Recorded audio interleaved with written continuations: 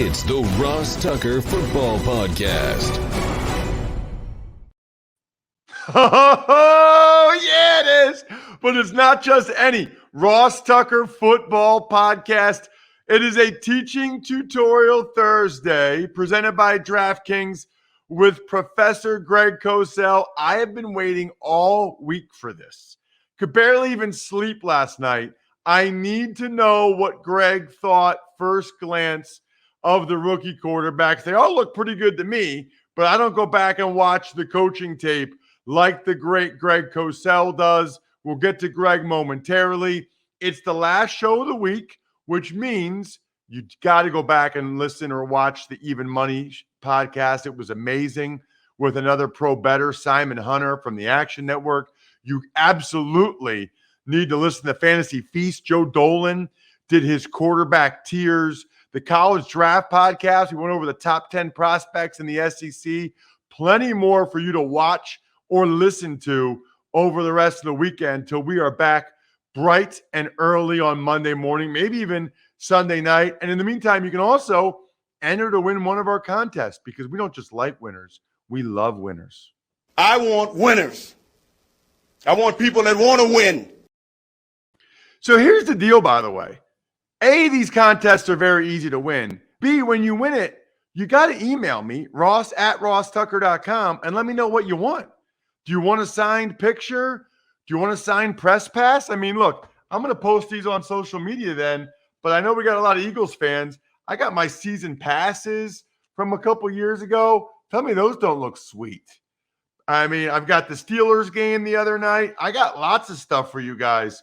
Just make sure you enter to win any of the contests. And then after I announce your name, like I'm about to right here, email me, ross@rosstucker.com. Ross, I want a signed picture. I want a signed Cowboys card. I want a Eagles season pass, whatever.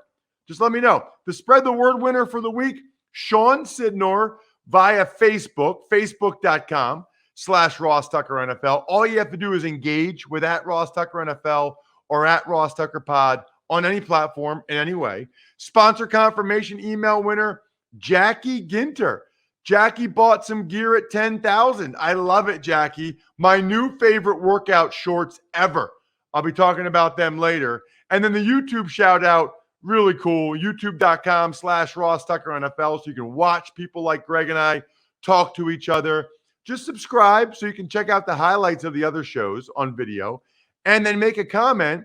And I'll give you a cameo-style shout-out. People pay for that. I'll just give you that shout-out for free if you make a comment to youtube.com/RossTuckerNFL. It's Big Show time. The Big Show. All right. I know you're going to tell me to relax, Greg, and you're probably right. But, you know, we've been talking about these college kids for a long time. You know, last year you watched them. People like Trevor Lawrence and Justin Fields. Then we watched them the whole college season. Then we talked about them before the draft. Then we talked about them after the draft. They actually got out there, Greg, in uniforms on an NFL field for the first time. I know it's just preseason, but I also know there have been times where, like Russell Wilson in preseason, we're like, I don't know. And then other guys that looked really bad, and you're like, I don't know about that guy either. So I got to ask you about these guys. I'm very excited. Should I be excited to hear your breakdowns? Well, excited is a relative term, Ross. I mean, obviously these guys were out on the field. All you can do is really look at what they did and not make any kind of final judgment. I mean, if you talk to people who've been doing this for a long time in the league, I'm talking about GMs, coaches, they're not going to tell you that this is the way to define what a quarterback's going to be. And it's easy to do that, and we're so excited to see them play, but you got to be a little careful about that.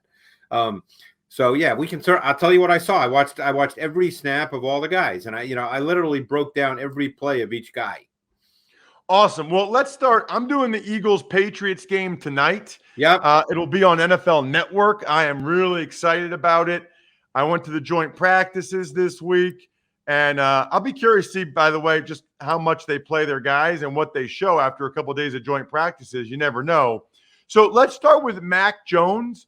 To my eye, Greg, at the joint practices, I thought he looked more comfortable, to be honest with you, than Cam. I mean, he certainly gets rid of the ball faster than Cam does. Cam was holding on to it a lot. What did you see from Mac Jones of the Patriots his first time out? And it's funny you mention that because Cam has always been a guy that has held the ball because of his arm strength. So that's nothing new about Cam. That's the way he played even when he played at a high level. All I can tell you is what I saw from the first preseason game versus Washington. They asked him to do very little. It was quick game. It was what we call bang play action. It was wide receiver screens. They threw slant flat. It's a 2-receiver route. It's an easy read. He did throw an excellent deep ball to Wilkerson that was incomplete, but it was a beautifully thrown ball. They gave him a shot play opportunity to start the second possession. He did have Wilkerson on the post, but he took the check down to the back. They did give him no huddle to start the third quarter with meaningful snaps of empty, which is something we've seen them do a ton over the years with Tom Brady. I thought he had a chance on a timing anticipation throw to N'Keal Harry on his last series, but he didn't turn it loose, and he got sacked. That would have been higher level quarterbacking, but it was there. I thought overall he showed the ability to function effectively within the structure of the pass game. He's going to have to see things a little quicker and play a little faster mentally. And by the way, everything I just said is not a surprise. Right. That sounds like a lot of rookie quarterbacks. Exactly. Exactly. So, again, I just told you pretty much what I saw watching Mac Jones, and he's going to have to be quicker. I wasn't at the joint practice as you were, but that's going to have to be his game anyway. If he's to become a quality NFL starter, and even more than that, he's going to have to be at a high level in terms of the details and the nuance and the disciplines of the position and be really good mentally. And eventually that means being really good before the ball's even snapped. All right. Why don't we just stay in the division? Now, I didn't get a chance to watch the Jets game, but I saw a few Zach Wilson highlights. I saw one, Greg, where he got absolutely smoked in the head, in the chest, and there was a guy on his legs, and he still delivered a strike. But I don't go back and watch the coaching tape like you do. What did you see from Zach Wilson? Well, I think this is a good offense for him. It's really the Shanahan 49ers offense with a lot of play action boot. He's very comfortable with play action boot. He's an easy thrower on the move. That will be a feature of the Jets passing game. You saw he only had 9 throws. You saw what you saw in college. He has light, quick feet on his drop and his set. He's got a live, loose arm with an easy delivery, good velocity. You could see his easy movement and overall athleticism. So, again, he looked, for the most part, like he did in college. A lot of throws. The one throw people were talking about, I believe it was on third down, was when he hit Cole for 16 yards. It was a 3-man route concept to the field, the wide side of the field. And the design of the 3-man combination presented the open window to Cole on the dig, and it was really well executed. He threw it with timing, and he threw it with precise ball location. Awesome. Love it. All right. Let's get to some of these other guys. How about Justin Fields in Chicago? What did you see from Fields? Yeah, the thing that I think, again, that got people excited about Fields, in his first game, is that he looked comfortable. He looked poised. He played with patience. He played with vision. He threw with some pace and touch when it was demanded. He showed some subtle pocket movement, maintaining his downfield focus. I don't get excited about the mobility, Ross, because we knew he had mobility. That was not a scoop, that Justin Fields is mobile. And people were talking about it like, oh, my God, he's mobile. We knew that.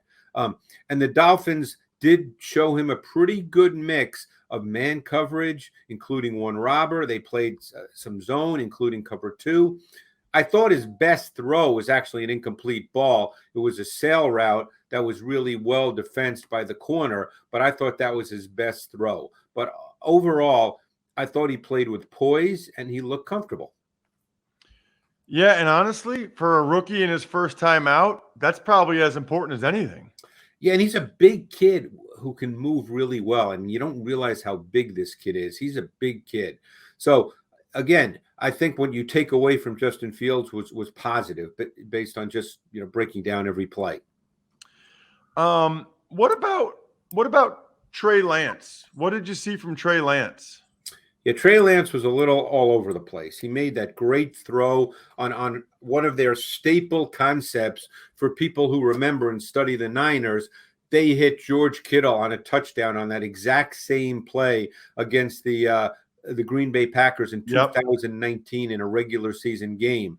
And in fact, the Packers, because Matt LaFleur comes from the Shanahan tree, Rodgers hit Robert Tonyan for a touchdown against the Bears last year on that exact same play. So that's a play they run. It's a design play. That's the throw. So that was not a progression read. Overall, I thought that he was a little unsettled. He was a little quick. When the primary read was there, Ross, he was decisive. When it wasn't there, he was a little hesitant. He hurried his mechanics, and he played a little fast when he had to come off number one. I think he needs some work on his pace and touch throws. In this game, on some throws that required pace and touch, he was a little too much of a fastball pitcher. Got it. Okay. So far, Greg, it's a little bit of a mixed bag for all of them. Although, you know what? You didn't really say anything negative about Zach Wilson. You kind of had things for he threw 9 balls. I mean, it's hard. Like I said, all I can tell you is what the tape shows. This is not a definitive statement about their future. I mean, I read it, all this week. I'm sure you've seen it too, Ross. Everybody's saying these 5 guys, this could be the best quarterback class ever. They're all going to be great. I hope they are, by the way, because I love when young quarterbacks come into the league and become great. That's great for the league. But, all I want to do is tell you what the tape showed in their first performance. Yep. I'll do the headline. Cosell says Zach Wilson will be the best of the bunch. Hey, all I want, Ross, is a cameo shout out from you. The rest doesn't matter. There you go, Greg. All right. Last but certainly not least, Trevor Lawrence. I tell you, the highlights I saw of him, Greg, it looked like he was getting crushed a lot. Getting hit a lot, which didn't happen to him all that much at Clemson. No. That's funny you say that because he was hardly ever under duress at Clemson, particularly in 2020. And I did see him in 2019 as well, but he didn't spend a lot of time under pressure at Clemson. I thought that the first sack, by the way, on his first throw, that was on him. And again, this is very, very common for young quarterbacks who are not used to being under pressure and are used to their first throw being there. And what happened is that first throw, the primary was not there. It was a left side read, and he was looking for Marvin Jones in the slot, and he stayed on him too long. And on the same side, on the outside, he had Shenault open on the inbreaker. That was the read side. Both Jones and Shenault were on the same side, and he just held the ball too long. He didn't come off Jones and go to Shenault, so he was a little slow to eliminate and isolate on that given play. But I thought what he did do very well is there are throws to the outside, Ross, that are spot throws. In other words, you're not waiting for the receiver to make his break, because if you do, the corner is going to jump in front of the throw and take it to the house. So those are timing spot throws. They're execution throws more than read throws. I thought he did a couple of those extremely well. Awesome. I got to ask you this, Greg, because he just got released again, and that's Josh Rosen. Yeah. And I know you don't get any video of Niners training camp to know why he was released. Yeah. And frankly, you probably haven't really watched him other than when he had those starts for, was it the Dolphins that one year he was? Well, no, he had a number of starts for the Cardinals. A couple. Right, but then the next year he started some games instead of Fitzpatrick in Miami. Yeah, they let him start a few games, and they were trying to figure out whether. I guess my question is, why do you think it really hasn't happened for him, Greg? Like, what does the tape show that maybe Josh Rosen's missing that could be a lesson for all of us as evaluators moving forward? Because it certainly seemed like there were a lot of people that really liked Josh Rosen coming out. I did too. I'll be the first to admit it. I thought he threw the ball well. I thought he was mechanically sound. What I remember, because obviously I haven't looked at that recently, Ross, is it seemed to me, and I think back to when he had those 4, 5, 6 starts with the Cardinals, I believe, the year before Murray got there. I think someone like Josh Rosen, the way he plays, because he's a pocket player, needed to be really, really good with the timing and rhythm of the pass game. And I thought he could do that because that's the style of quarterback he would have to be. And if I can remember correctly, I thought there were times he was just a little slow with that. And if you're slow as a pure pocket quarterback with those kinds of things, then you're going to have a hard time in this league. So again, that's just what I seem to remember. But he's running out of chances, and there's no one who's going to bring him in now and say you're competing for a starting job. So it's possible we've seen the last of Josh Rosen. You know, it's funny that you say slow, with the timing of the offense. When I watch him, Greg, everything he did looked kind of slow. I agree. Getting back from center. Yeah. And it's weird because everybody says, he's a tennis guy. And they said, well, Drew Brees is a tennis guy. But even his pocket movement, he didn't move real well. No, it seemed that he was very deliberate in everything he did. And you're right about the pocket movement, because quarterbacks who are essentially pocket quarterbacks need to be able to move within the pocket, not run out of the pocket, but move within the pocket. And that's an essential trait for quarterbacks who are at their core pocket quarterbacks. So it did not. Like I said, I doubt he'll get another chance at this point. I don't get into the personal stuff and whether people like him or dislike him. All that stuff was talked about when he came out. You know me, I don't get into that.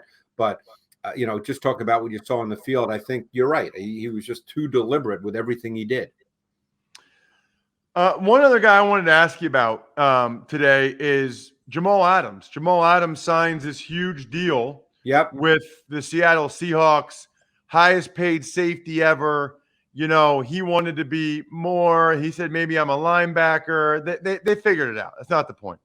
The point is, Greg, I can't remember a whole lot of other safeties like him. I know that Polamalu did a bunch of stuff. I know that Ed Reed was all over the place. And in some way, Jamal Adams reminds me of Bob Sanders at times. But I can't remember, Greg, a safety blitzing as much as he does, getting as much pressure as he does. Yeah. I guess my question for you is, what makes Jamal Adams such a special player? Well, I think he's a certain kind of player, Ross. I think with Jamal Adams, you have to play a certain way on defense.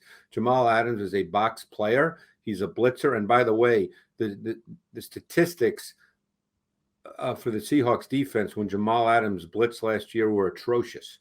They got lit up when he blitzed. So Jamal Adams is a certain kind of player. He's not Ed Reed. He's not Troy Polamalu. You need to play him close to the line of scrimmage. He's an aggressive downhill player. Like I said, they blitzed him a ton, but they were not successful in their pass defense when he blitzed. So you end up being somewhat limited in what you can do defensively because Adams is a box player. Diggs will be their post safety. They'll have to play a ton of single high. So their defense will become somewhat predictable, which is fine if you have great players. The Legion of Boom was predictable too. They played cover 3, but they had great players. They had 2 safeties who were phenomenal. They had at the time the best post safety in the game in Earl Thomas and arguably the best box safety in the game in Cam Chancellor, who was 235 pounds. So Adams is really good at what he does, but he does certain things really well and other things you can't really ask him to do. Check this man out on social media at Greg Cosell. We'll get a little bit bigger sample size. Week 2 of the preseason starts tonight. Check out your boy, that'd be me, on NFL Network tonight, unless you're around locally to check it out. Really looking forward to it and can't wait to see what we see from these guys next week, Greg. All right, Ross, thanks so much. Looking forward to it. Absolutely. You know what I'm looking forward to? I'm looking forward to taking some of you guys down. Taking you down in season-long fantasy football. I play in one season-long fantasy league, and it's against you. If you go to fantrax.com/Ross and sign up for a free account and send it to me, then you've got a great chance, because I'm going to start to announce the winners on the Fantasy Feast podcast next week of the season-long traditional league. You know how much I love customization. Look, we're all like this now, right? We want what we want when we want it. Have as many dudes as you want in your league. You want an 8-team league? You want a 16-team league? They got it. You want no defense and no kickers because it's not fun to pick or draft them like me? You got it. And you want to sign Devontae Adams jersey? You might get that. Even better. This is what's crazy. If you bring your friends and your other leagues from wherever you were doing your league over to fantrax.com/Ross, you will get over it because you will get a free trip, weekend getaway to watch your favorite team play, and you'll get $6,000 in spending money. So what is that? $500 a guy. You go somewhere, go to a game, totally free, totally customizable, totally awesome. Only at fantrax.com/Ross. That's fantrax.com/Ross. Tuck's Takes. All right, let's start today, Ross, with that big contract that Jamal Adams got in Seattle. 4 years, $70 million, $38 million of it guaranteed, making him the highest paid safety in the National Football League. Very interesting, Bri, in the context of what Greg just said. You know, he makes your defense very predictable because he's always going to be in the box. Diggs always deep. You can't rotate a whole lot of coverages. They didn't do well when he blitzed last year. I don't know. I mean, he makes a bunch of plays in the run game, and he gets several sacks and hits on the quarterback, but I don't know. The way Greg broke it down didn't sound to me like he was worth all that money. Obviously, the Seahawks think he is, but maybe part of that's because they traded so much to get him. Tuck's Takes. Meanwhile, first round of cuts this week happened in the league. Some of the notables include Lions long snapper Don Mulback, and as you and Greg already talked about, Niners quarterback Josh Rosen. So for Josh Rosen, yeah, I mean, I don't think he'll get signed again. I mean, if Kyle Shanahan is picking Nate Sudfeld over you to be the third quarterback, it's not a very good look, right? I mean, it's not a good look for Josh Rosen, especially with how well respected Kyle Shanahan is. So something to keep in mind. I don't know that any other team will. I mean, maybe he'll get one more shot next offseason, but a lot of teams have said, nah, we're okay. We'll move on from this guy. A lot of teams don't seem to be that enamored with him. I mean, he was there with the Bucs and the practice squad for a lot last year. If they don't bring him back, that tells you something too. As for Mulbach, 17 years, 260 games. I know he's quote unquote just a long snapper. And those guys don't have as many snaps a game as other positions do. But he's still taking contact. And he's still putting himself in harm's way. And he's still teeing it up for 260 games. That's very impressive. Tuck's Takes. On the injury front, Bears rookie tackle Tevin Jenkins, back surgery. Eagles tight end Tyree Jackson, fractured back. And Deshaun Watson, evidently not injured, but he is being investigated by the FBI. Tevin Jenkins' back surgery is a total disaster for the Bears. I mean, they cut their starting left tackle, Charles Leno, who was under contract, very affordable. He's a solid player. As soon as they draft a guy with a bad back, a rookie right tackle, they're going to move him to left, and they're going to cut Charles Leno. I mean, what is Ryan Pace doing? What is he doing? Now you have to sign Jason Peters to try to save the day? Brutal. As for Tyree Jackson, very disappointed by this, Bri. I was at the Eagles walkthrough yesterday, and I kept looking around. I didn't see Tyree Jackson. I'm like, where is he? Because he made a couple catches that first preseason game. He's had a good camp. I'm excited about him and his future. And then I found out later, fractured back, out for, I guess they're saying 8 to 10 weeks. Total bummer for me for these next couple preseason games. And I think for the Eagles for this season, he was showing some flashes. And as for Deshaun Watson, you know, the coach says he's not injured, but I still think they want to put him on IR to just maintain his rights, but not have him on the field this year. I mean, just an absolute disaster in every way. And it sounds like, now he's being investigated by the FBI, but also I think the FBI is investigating potential extortion attempts to try to get money from him. Again, just a total mess. Tuck's Takes. All right, lastly, there is a game tonight. You will be there. It's the only game tonight. Patriots at the Eagles on the NFL Network. You pumped? I am pumped. But first, I'm pumped about these new shorts from 10,000. 7-inch interval short with the liner. Highest quality, best fitting, most comfortable training shorts I've worn. Now, listen, I have worn these now to lift. I've worn them on the stepper. I've worn them to ride my bike. I've worn them for yoga. They have different shorts that specialize in different activities, but I found the one I have so far I can wear for all of them. They have over 10,000 5-star reviews. Look, if you know, right? Like if you're someone that works out a lot, you know how important it is to have good workout gear, right? Like you want gear that allows you to make gains, allows you to maximize your workouts. I like having a shirt that they gave me that I don't sweat in. It's not like a cotton shirt that holds the sweat. And I like movement. I like freedom of movement. 10,000 is offering our listeners, that's you guys, 15% off your purchase. Just go to 10,000.cc. Now listen to that. It's 10,000.cc and enter code Ross Tucker to receive 15% off your purchase. That is 10,000.cc and enter code Ross Tucker. As for the game tonight, Bri, look, it's the only game on. So I think obviously if you live in the Philadelphia area, it's on NBC 10 or one of the various affiliates, right? If you live anywhere else, it's on NFL Network and you can get it other than Boston because you'll get the Patriots feed up there. But I'm so pumped. Number one, I love doing games. Number two, growing up an Eagles fan, I love doing Eagles games.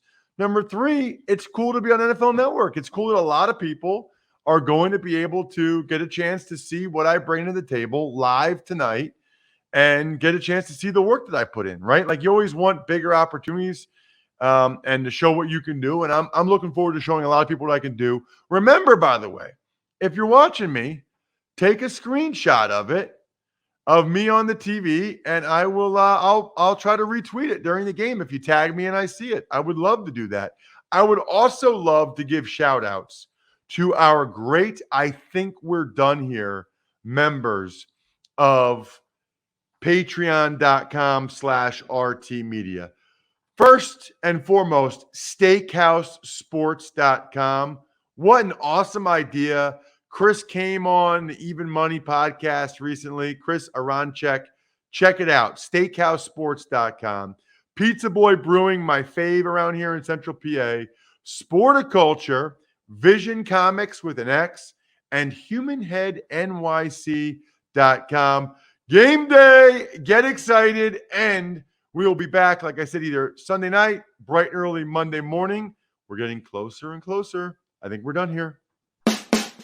Thanks for listening to the Ross Tucker Football Podcast. Make sure to also subscribe to the Fantasy Feast, Even Money, Business of Sports, and College Draft. All available at Apple Podcasts, RossTucker.com, or wherever podcasts can be found. A lot of times on the show, I mentioned DraftKings. Here's what you need to know. You got to be 21 or older, New Jersey, Indiana, or Pennsylvania only. New customers only. Restrictions apply. See DraftKings.com/sportsbook for details. Gambling problem, call 1-800-GAMBLER, or in Indiana, 1-800-9-WITH-IT. By the way, if what I was talking about included a deposit bonus, doesn't always, sometimes it does. Deposit bonus requires 25 times playthrough, and deposit bonuses are paid out in site credit.